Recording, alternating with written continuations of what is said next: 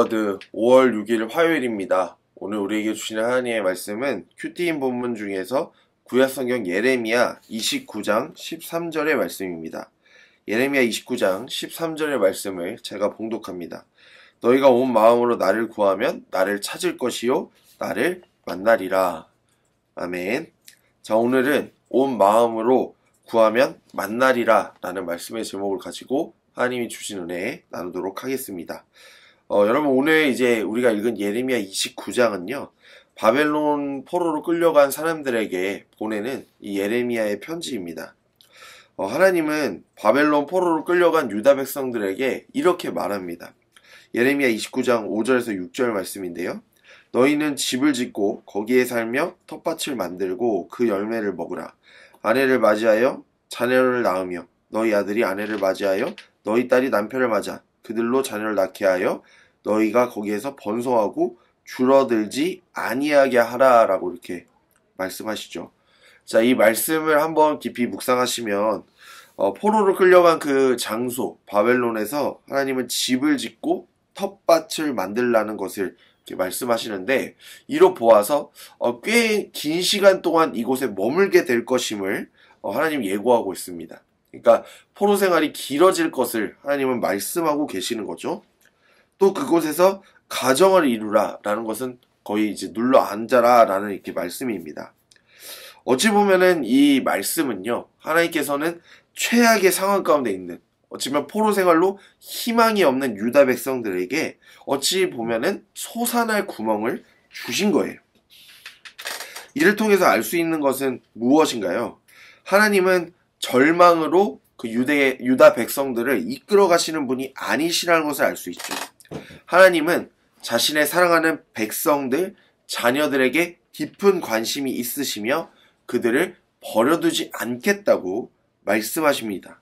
그래서 하나님은 사로잡혀 있는 너희가 그 땅, 지금 거하는 그 바벨론 땅을 위해서 기도하라고 말씀하십니다.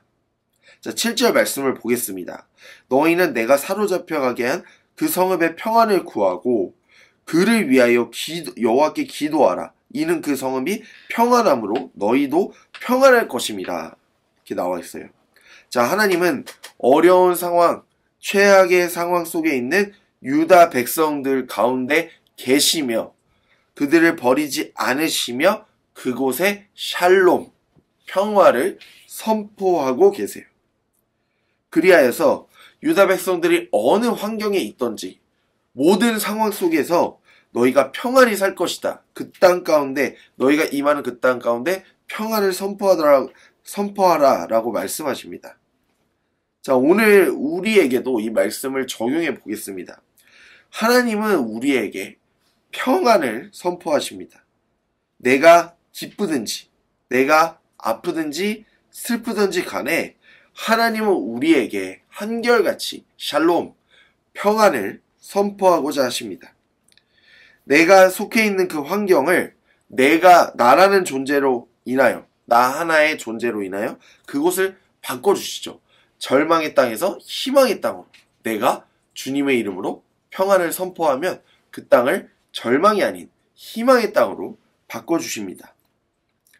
자, 유다 백성들은요, 바벨론 포로 생활을요, 여러분 70년 동안 합니다. 굉장히 긴 시간이죠. 여러분, 그 가운데서 유다 백성들은 하나님의 보호하심을 느꼈습니다. 여러분, 우리가 이 문자적으로만 봤을 때 바벨론 포로 생활을 부정적으로만은 볼 수 없어요. 왜냐? 그곳에서 오히려 잃어버렸던 신앙을 찾고 그곳에서 잃어버렸던 하나님을 찾고 부르짖으며 하나님만 전적으로 의지하고 기댈 수 있기 때문이죠. 여러분, 그렇습니다. 오히려 우리는 아무것도 없는 광야, 이 정글 같은 험악한 바벨론에서 하나님을 더욱 의지할 수 있어요. 왜냐하면 우리는 붙잡을 것이 없기 때문입니다. 환경을 의지할 수도 없고 사람을 의지할 수도 없습니다.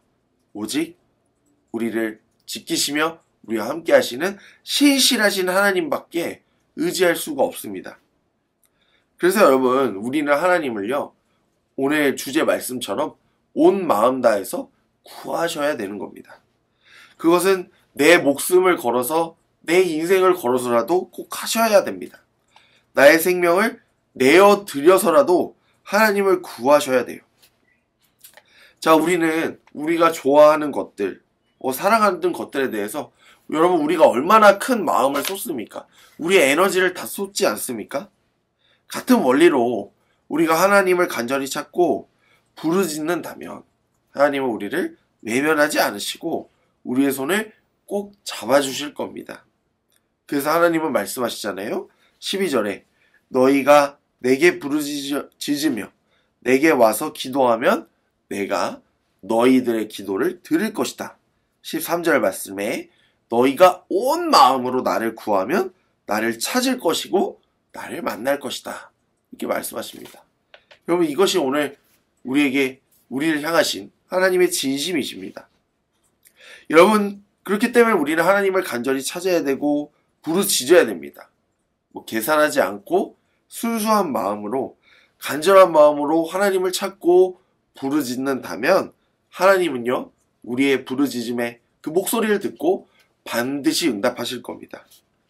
목사님 해보니까 안 되더라고요 라고 말씀하시기보다는 먼저 그런 생각 다 내려놓으시고 일단 해보시는 거예요. 하나님 말씀을 따라서 하나님께서 응답하실 때까지 반응하실 때까지 여러분 하나님의 이름을 부르짖으시고 하나님만을 외치십시오. 하나님은 자신을 간절히 찾는 그 자녀들의 목소리를 외면하지 않으십니다.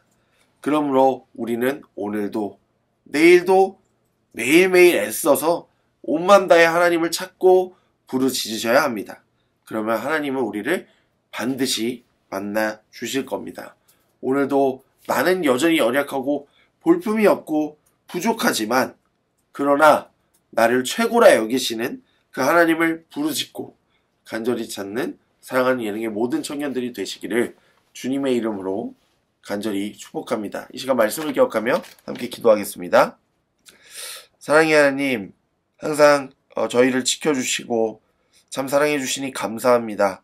하나님 언제나 하나님은 우리를 위하시며 우리에게 생명을 주시고 또 때로는 우리에게 피하기를 주시며 우리를 만나고자 하시는데 여전히 우리는 교만한 마음으로 하나님을 찾지 않고 외면한 적이 많았습니다. 그러나 하나님 이 시간 다시 한번 하나님 앞에 엎드려 하나님만을 간절히 구합니다. 하나님 우리를 외면하지 마시고 만나 주옵소서.